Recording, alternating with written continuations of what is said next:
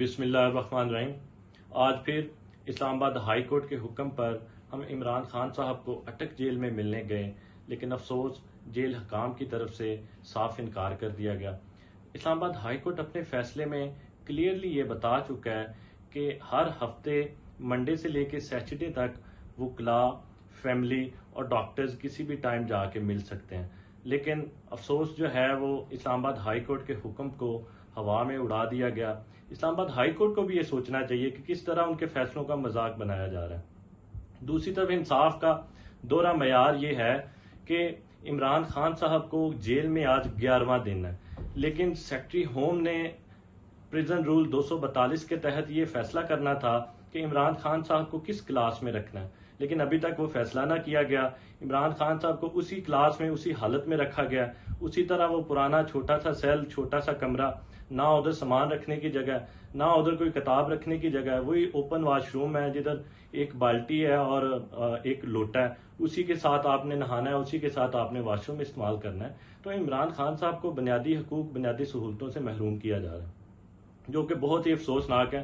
ایک چیز بتاتا چلوں کہ ہم نے قرآن پاک عمران خان صاحب کو انگریزی ترجمے کے ساتھ بھیجا، لیکن ابھی تک جیل حکام کی طرف سے عمران خان صاحب کو وہ مہیا نہیں کیا گیا۔ دوسری طرف آپ دیکھتے ہیں کہ عمران خان صاحب اس ملک کے سابقہ وزیر اعظم ہیں، سابقہ وزیر اعظم کا سٹیٹس، سابقہ وزیر اعظم کی جو کلاس ہے وہ ابھی تک وہ مہیا نہیں کی گئی۔ عمران خان صاحب کو ابھی تک لیگل ٹیم کو ابھی تک ایک پراپرلی میٹنگ نہیں کروائی گئی، ابھی تک کسی فیملی ممبر کو پراپرلی نہیں ملنے دیا گیا، ابھی تک ان کے کسی ذاتی ڈاکٹر کو ملنے نہیں دیا گیا۔ ابھی تک دیکھیں، عمران خان صاحب اس ملک کی سب سے بڑی پارٹی پی ٹی آئی کے چیئرمین ہیں۔ عمران خان صاحب کہ کسی پارٹی کے لیڈر کو ابھی تک کوئی اجازت نہیں ملنے کی، جو کہ انتہائی افسوسناک ہے۔ دوسری اہم بات میں آپ کو بتاؤں کہ عمران خان صاحب پر 200 سے زائد مقدمات ہیں۔ ان سارے مقدمات میں جیسے ہی روز آپ دیکھتے ہیں عدالتوں میں عمران خان صاحب کی ضمانت جو ہے وہ خارج کر دی جاتی ہے۔ دوسرے سیاستدان جب جیل میں تھے ان کی کوئی ضمانت عدم پیروی خارج نہیں کی جاتی تھی۔ عمران خان صاحب پر جو قوانین لاگو ہیں وہ کوئی اور ہی قوانین لاگو ہیں، دوسروں پہ جو ہے وہ قوانین اور لگائے جاتے تھے۔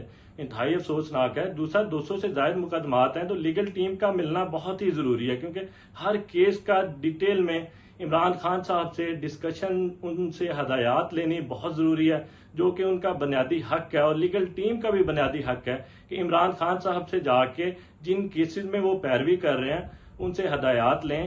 تو عدالتوں کو یہ سوچنا چاہیے کہ عمران خان صاحب کو جس حالت میں رکھا گیا جیل میں انتہائی افسوسناک ہے، ان کو مداخلت کرنی چاہیے اور ان کو بیسک جو فیسلٹیز ہیں وہ مہیا انشور کروانی چاہیے کہ ان کو ادھر جیل میں ملیں۔